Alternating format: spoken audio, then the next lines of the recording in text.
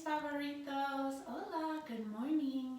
This week I decided to start with a YouTube video to lay out what we're doing for this week during our practice. Alright, before we get started, we do have an announcement. Feliz cumpleaños a Sebastian. Happy birthday. I hope you had a wonderful birthday over the weekend. Feliz cumpleaños. Alright, so on to our new topic we're learning for today. So today we are extending our practice with reflexive verbs, and we are learning about boot verbs. Boot verbs are irregular because the middle of them changes and the end changes. It's a little bit difficult. That's why I made a video so you could go back and watch this if you have any questions. So here's a little visual for you to get started. So this is our verb chart that we know and love, right? Here we have a verb chart. Like we know and love, we have our I, our you, our he, she, our we, our Spain form, and our y'all and our they. Alright, now in boot verbs, the middle of the verb changes as well, but they only change in this form. Dun, dun, dun, dun, dun. Only these forms that I've circled.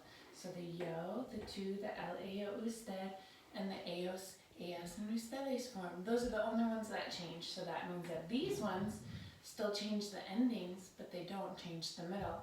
A way to remember this is that it kind of makes a little boot. There you go. There's your little boot verb. Our first boot verb that we're going to learn today is despertarse. Despertarse. It's still a reflexive verb. It's an AR verb, and what makes this one unique is this E is going to change in all the forms that are in the boot. So here is how the stem changes. First, we keep our original root. This verb is an E to IE boot verb, so that means in all of these forms, this E, not this one, this middle stem of the verb is going to change to an IE. Despiert. I have to erase my bow so I can put my ending in there. Despiert for all of these forms that are in the boot. Despiert.